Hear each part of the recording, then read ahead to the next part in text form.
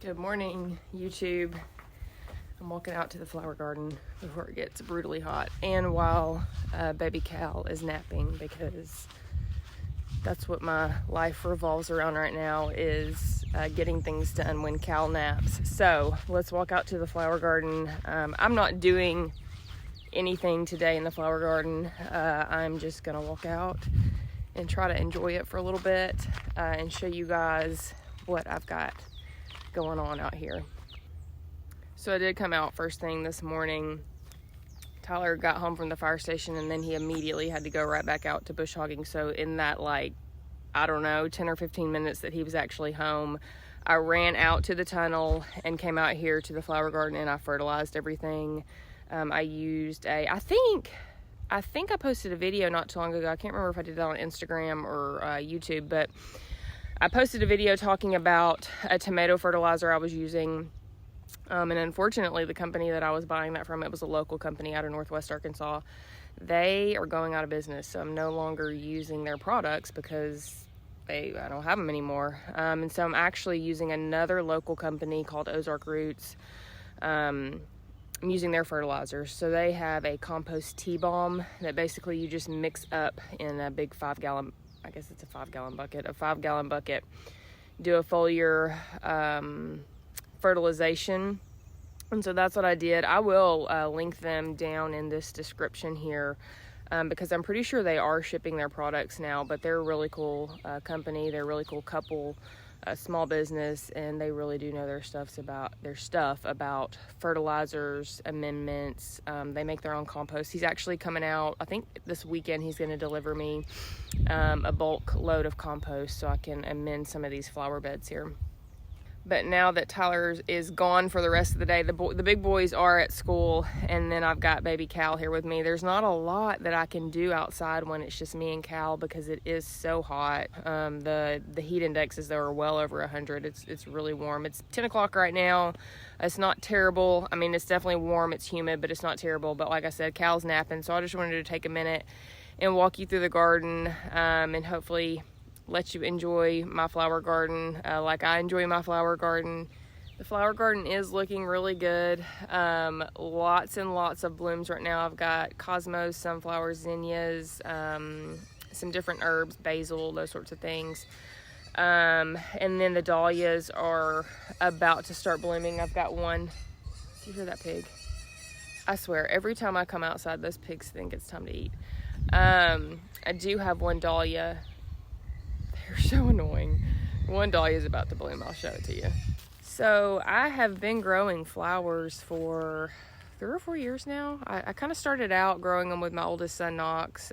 He was kind of into it there for a while, and he's not so much into it now. But I kept going with it because I really enjoyed it. And I never really had the intention of selling them, but we did. Knox and I started out selling them together, and then when he kind of lost interest, I continued on, and I've never had an issue selling flowers. I've always been able to sell flowers, and quite honestly, the flowers in the past, the flowers have sold better than the produce for me. And so this year, I really kind of upped my flower growing a notch because I thought, well, people are going to want flowers. They've always wanted flowers in the past. And that has just not been the case this year. I've had a really difficult time selling these flowers. I've always sold direct to consumer in the past through different avenues. I've sold quite a few at the gym that I teach at. We sold a ton at the farmer's market last year. I had people that would come out to the house and buy flowers. Just did not have an issue selling them. And this year that's just not been the case. Getting hot now. The sun is starting to shine down. So haven't been able to sell very many flowers direct to consumer at a retail price, which is unfortunate and really unexpected. I just did not expect that at all.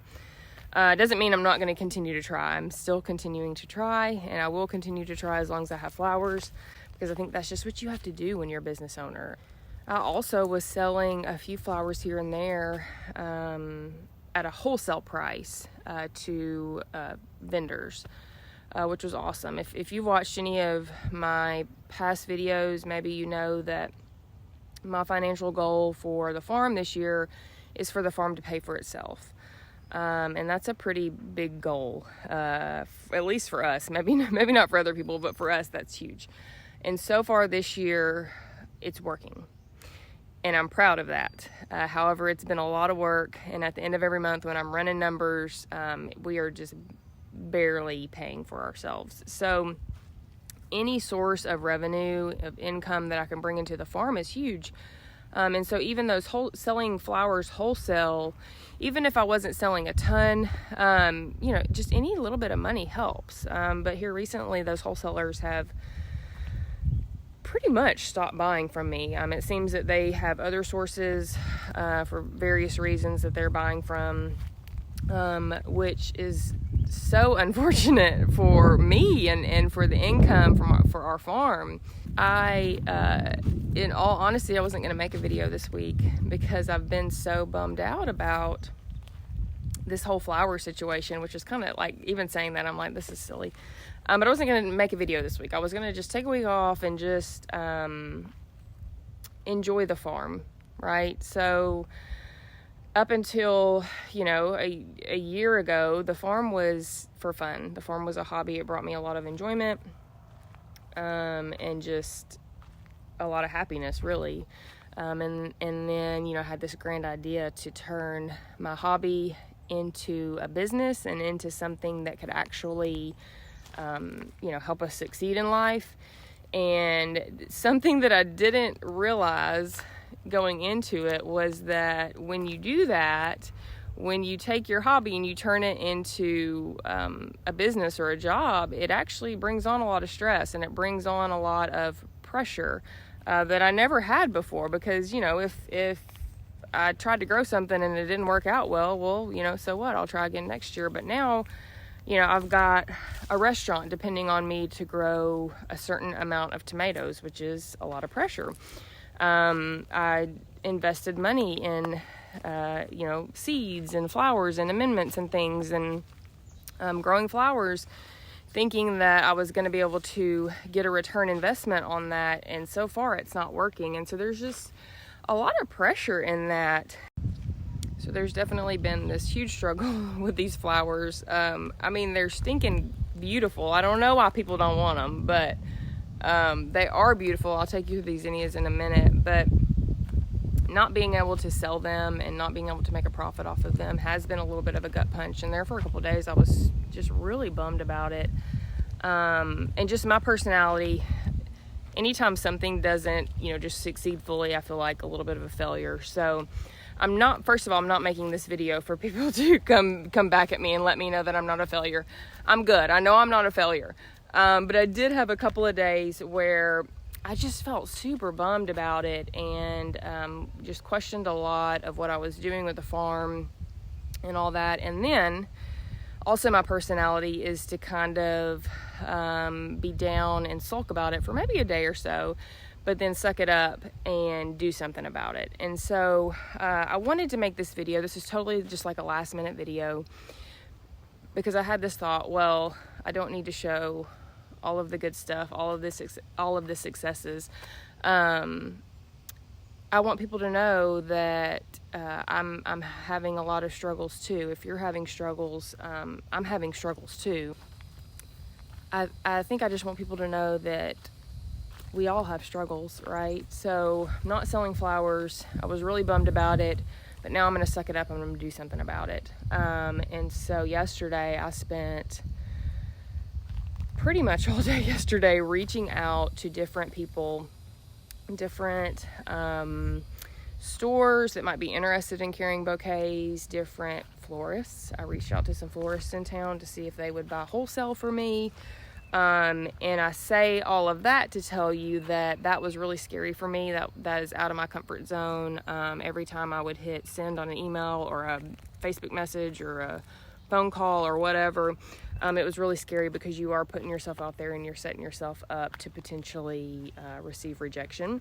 And yesterday I did receive a lot of rejection. So I also want you to know that. I did not find a single person that wanted to carry my bouquets in their store. I did not find a single person that wanted to buy flowers from me wholesale. And so I thought, okay, I need to redirect. I need to pivot and find some other avenue, because I'm going to sell these flowers. Like, I will sell these flowers. And that's also my personality, is pretty competitive. Like, okay, if you want to reject me, cool, that's all right, but let me show you how we're going to do this. And so I had another idea, and I reached out to another local flower farmer that I respect a lot. She's just a really awesome lady, and I'll tell you about her later on. She's actually coming out here on Monday, and we have a little something up our sleeve. And so I'm partnering up with her, and I'm going to guarantee you we're going to sell these flowers. We're going to make money together off of these flowers. I promise I'm going to take you through the rest of these flowers and show them to you.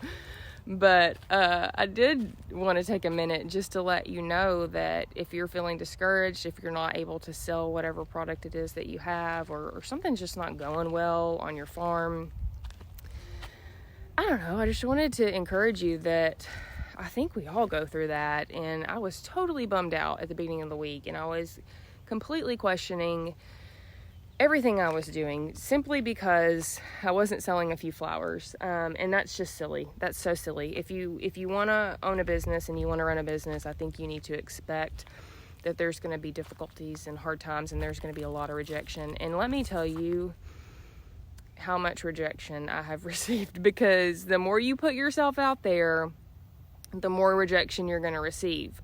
But the more you put yourself out there, the more success you're going to have too. You just have to be willing to do it. And I'm talking to you, but I'm also talking to myself. I have to give myself this pep talk every single time. If I told you how many times I have received rejection, I say rejection. I mean, I don't mean to like dog anybody that doesn't want to buy from me, or partner with me or whatever. I'm not doing that at all. Everybody's got to look out for their own business, and they have to do what's best for their business. And sometimes that's not, that doesn't include me, and that's okay.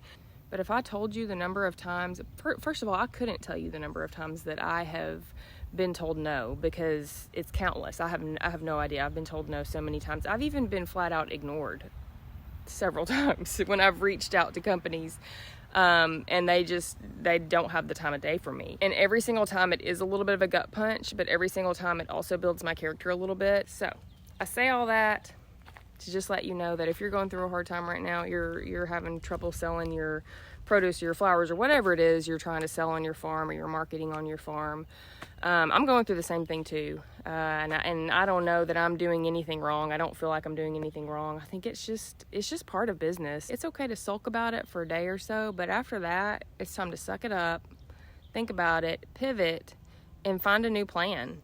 Okay, so let's take a look at the rest of these flowers that all these people are missing out on. As this first dahlia bloom that's gonna come in here, try to focus in on that guy. And in true Lauren fashion, I don't know what variety that is because I did not label, but here's another one over here. So in the past, last year was the first year I grew dahlias, and I got a few blooms beginning of the summer, and then they really died out as it got hotter because they just don't do well in the heat. And then in the fall, they really came back and pumped out quite a few blooms until, of course, the first frost we had. So what I'm thinking I'm going to try is potentially getting some shade cloth and putting shade cloth over this, and I'm going to try to provide them a little shade and see if I can get them to last a little bit longer through the summer. But I do have a small dahlia patch there, and then these cosmos have really been pumping out just a ton of blooms. This one is like a double bloomed or a double petaled. You can see that. I think that's one of the cupcake varieties.